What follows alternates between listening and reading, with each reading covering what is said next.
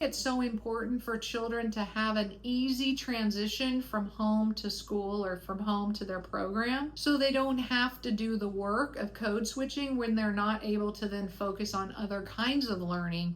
That's actually more important, because code switching really shouldn't be something that littles need to do. It shouldn't be something that any of us need to do. So, and that feeds into our strength and resilience, because we feel empowered in who we are. Were you going to say something? I was just wondering, how do you talk to the kids in the classroom? Like, if you have a child in the classroom that's like gender neutral, how do you talk to the other kids, let them know how to talk to the child? How do you answer the questions if you address the child, different way?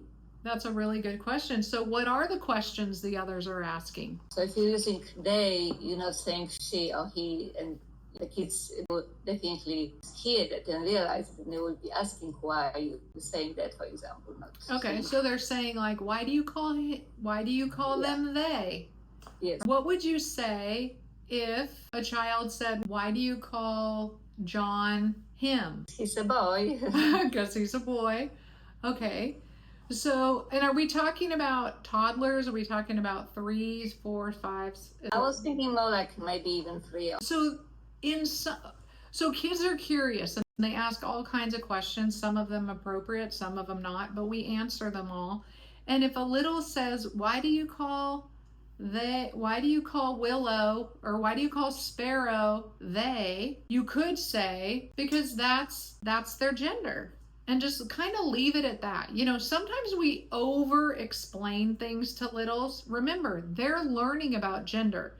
So for you to try to explain her, him, they to a young toddler, it's just going to go over their heads. You throw it in there as, well, because that's their gender. All right. Or why don't you ask Sparrow? And I bet Sparrow can explain it way better than anybody else can. And so we can get really caught up and frozen and afraid in the questions because we feel like we're supposed to know all the answers.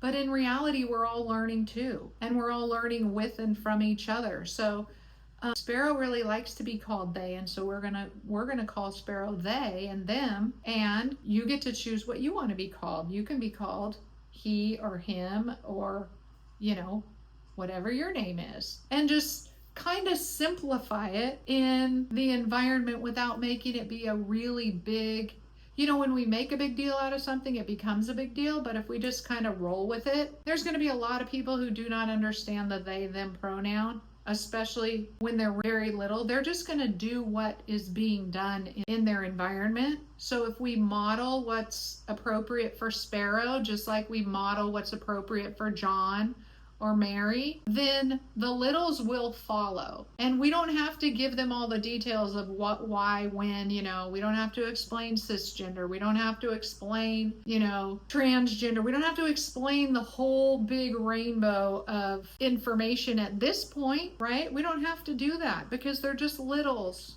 They're just littles. We can just keep it really simple and not get wound up in it. So we're just seeking respect and clarity and fairness. And if this is what somebody wants, then this is what we're going to provide. We're going to be respectful of what somebody wants to be called. Like, how basic is that? Please call me by my name and my pronoun. Why would anybody say no? No, I'm not going to do that. I'm not going to call you by your pronoun that you want or the name that you want. It's almost so simple that we've complicated it. And when we dial it back to just its most basic thing, oh, you want to play with blocks today and then tomorrow you want to draw flowers? Okay, well, that's fine. We're not going to throw you into the boy bucket or the girl bucket for either one of those things. We're just going to let you play, and we're going to call you what you want to be called. So what I'm hearing is, what I'm thinking in my head is, sometimes we do have a visiting family, and we do have a lot of multicultural family, meaning sure, lots of different cultures. And I don't think the center would let me explain to someone else that these parents have asked that we use the they, them. There's another added layer on top of it when we have so many different cultures. Sure, because are you worried because the other cultures have a different maybe belief system about it, or an opinion, or very much more ingrained in some different cultures? Sure, and I totally understand that, and I always fall back to, and this can be uncomfortable, and it is like, okay, that child's story is not their business.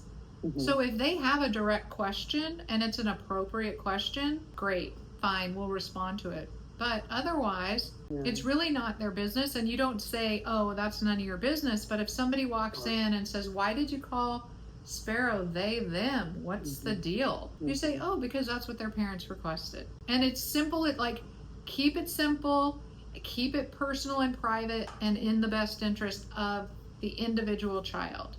If somebody came in and said, what, you're calling your 1.5-year-old he, and you don't even know if that's the gender he chose already, you would say, oh, well, that's what this family asked us to do, is call him a he. Because really, we're not the deciders. The parents are asking you to do gender for their family at their program, so it's consistent and in alignment with their beliefs.